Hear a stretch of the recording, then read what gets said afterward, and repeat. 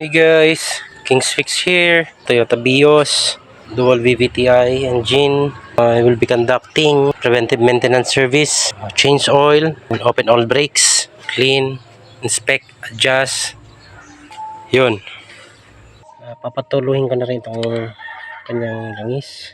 Ito yung location ng kanyang drain plug. Ayan. Make sure lang na properly jack yung sasakyan guys. Punta dito sa ilalim. Make sure na naka... Then using 14mm.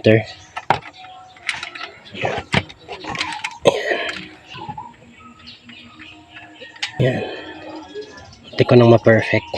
May tumagas pa rin, guys. Okay. Habang hinintay nating ma-drain, kakandak na tayo ng open brakes na tayo sa lahat ng gulong para simultaneous yung trabaho. Para pagkatapos ay ma-cleaning lahat ng gulong, tapos na rin ma-drain ito. So, ganun lang yung procedure. Para mabilis. Mindset ba? Mindset. So, cleaning ng brakes. In-open ko na siya. So dito, inspect ko yung mga caliper pin boots. Yan. Then inspect na rin natin yung caliper pin.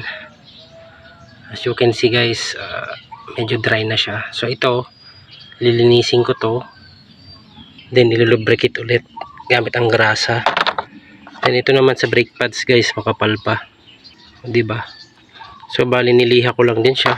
120 grit. Then using brake cleaner, lilinisan siya. Okay na dito. As you clean, in-inspect ko na rin kung may mga kalug na siya, may mga worn out na parts. Gaya nun, sa may lower arm, so medyo may tama na yung kanyang bushing. Pan-spraying, pupunasan. Then, apply ako ng grasa. Yun guys. Greasing ng mga brake pads. So, dito lang guys. Konti lang dito. Yan.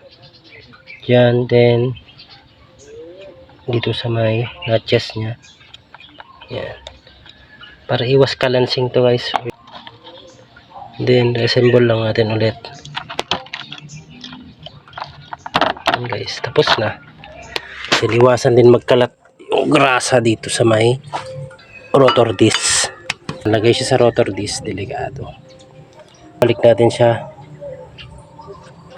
Ito, siguraduhin yung may play siya. Yan lang guys. Kailangan nagpe-play yan. Kasi pag hindi ito nagpe-play, tack up yung caliper. So, ganun lang guys. So, ganun din. Lubricate ko din yon taas para pag binalik yan laro-laroin din natin para ma-bleed kung may hangin sa loob. Importante yan guys, maglalaro ito tapos may play siya, ganyan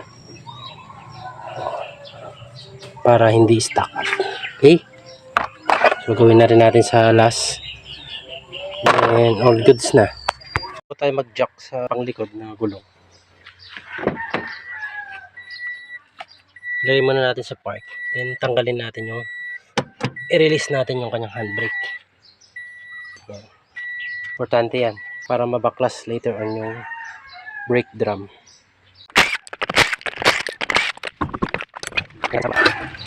Additional support. Ito guys, sa pagtanggal ko ng brake drum. Yan. Binabalik ko to.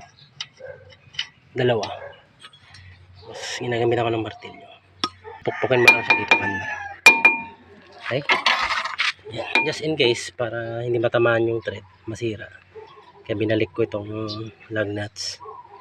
Better safe than sorry. So pupukpukin mo lang dito guys. Pero make sure na wala yung may-ari. Hindi niya makikita.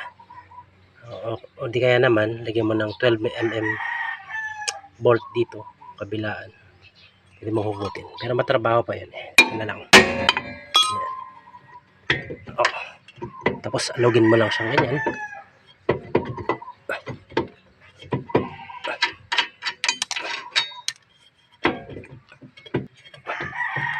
Tanggal na siya. Wala.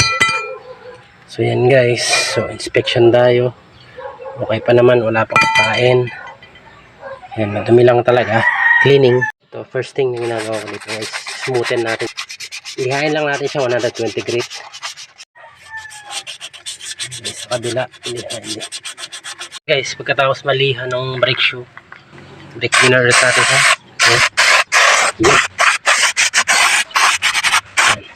Tante, malinis maayos yan. Yun, huwag natin tinitipid lalo kung naka-video guys. Sinistro sa drum brakes. So, lilihain din natin siya guys. Ayan. Then, of course, isinali siya ng brake cleaner. Ito guys, pag natapos sa mag-cleaning, maglulubricate ka din. Ayan. Kita yung part na to guys. Lagyan ng graso dyan.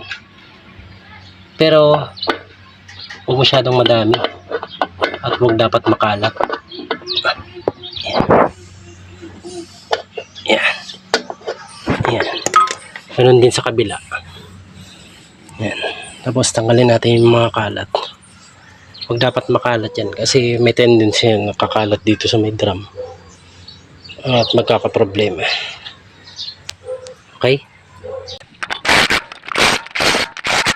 Guys, sunod na rin natin tanggalin yung oil filter niya. So 901 to, filter wrench. Same procedure. Counterclock pa rin para mabuksan. I-hand loose na natin siya. Yun oh. Guys, kung wala nang matagas sa oil filter, pwede mo na siyang i-remove all the way. Lang siya. Okay. As you can see, Toyota yan, genuine yan. Galing pangkasa. Ito pala yung oil cut scan na gagamitin nyo. Make sure na kasya at least 4 liters para maiwasan natin yung spill, magkalat. Okay. So bago nating palit, spray muna na tayong brake cleaner sa mismong mounting ng oil filter. Yan guys, so bago ko natin palitan yan, make sure na nilubricate muna natin itong smile seal nya, rubber kasi yan. Then include nyo na rin yung kanyang thread part. Ayan. Isasapak mo lang siya. Dapat snug to guys. Pwede mong laruin ganyan. And hand tighten. Then final tight 3/4 turn. Ibig sabihin so 3/4 turns lang. Mag-mark ka dito. Then dapat yan tatapat siya dito banda. Basta dito siya banda. Alam niyo na yun. Basta mag-aaral kayo mabuti para malaman niyo yung mga bagay na ganyan. Clockwise, pagpit. Ayun. Ayun na guys, yung marking. Ayan. 3/4 turns lang guys. Anyway, tatagas naman yan pag hindi maayos yung pagkakaigpit. Ang worst case niyan is kung malus thread mo. Ayan. Ayan. Linisan na rin natin. Brake cleaner ulit. Final clean ko. Ibalik na natin yung drain plug. Bago na rin yung gasket niyan. Dapat to snug lang din. 14mm. Bali control lang guys yung pag-igpit nito. Tighten siya. Tansyahin nyo na lang. 12 foot-pounds. Observe din natin to guys pag nagtatanggal tayo ng langis. Mga debris ng bakal, ganun. Sobrang black na siya. Mas black pa sa akin. Naglalagay na ako ng langis. Bali 4 liters ito. Nag-improvise lang ako ng bottle cap ng soft drinks. Bali ang ilalagay ko muna dito guys is 3.5 liters. So yan, 3.5 liters muna. Then start muna siya. Start muna natin para mag-circulate. Yun.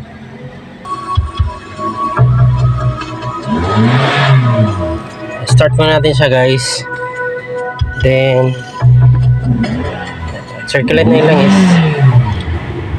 After that, K5 News FM Santiago, naghahatid ng mga kampyon na balita, kampyon na serbisyo publiko. tingnan natin. Then wait lang tayo ng mga 15 minutes para bumaba yung oil. Check natin sa dipstick kung sakto na yung langis. Ayan dapat yung abutin ng level ng langis. So pababain muna natin lahat ng langis para masukat ng maayos.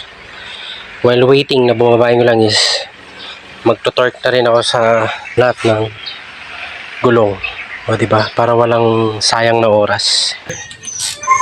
86 pounds.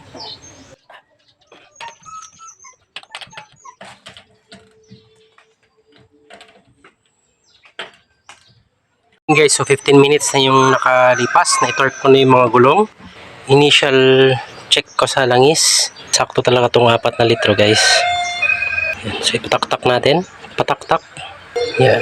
No reservations. Full of regrets. Karga natin lahat. Yan.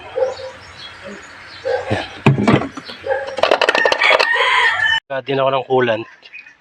Kasi kulang. Yun o. Luma na. Ganun din yung cabin filter. Palitan ko siya ng replacement lang. Na brand. And guys, make sure na full fit siya. Fit na fit siya bago nyo ilagay. Yan yung lock nyan. Yan. Okay, so nirecommend ko rin magpalit na ng cabin filter niya. No? Para maganda yung lamig ng sasakyan. Mapanatiling malinis sa loob. Yan. Yan ang kadali magpalit guys. Then, yan. So, ganyan lang papadali. Yun o. Guys, parang babalik kayo ng glove box. Tingnan nyo to guys. Baka makaligtaan kasi. Yan. So, yan. Yan guys. Pag nagpa-change oil kayo sa akin guys, may libreng backpack guys. Yan, back to zero. Yun o. Customer sanitize. Guys, syempre, after ng PMS service natin, may test drive din. Guys, for further inspection, so far, wala naman nakitang anything unusual. Itas nyo na ulit. Ayan na, gawang fix yan guys. Yan lang ang today's video.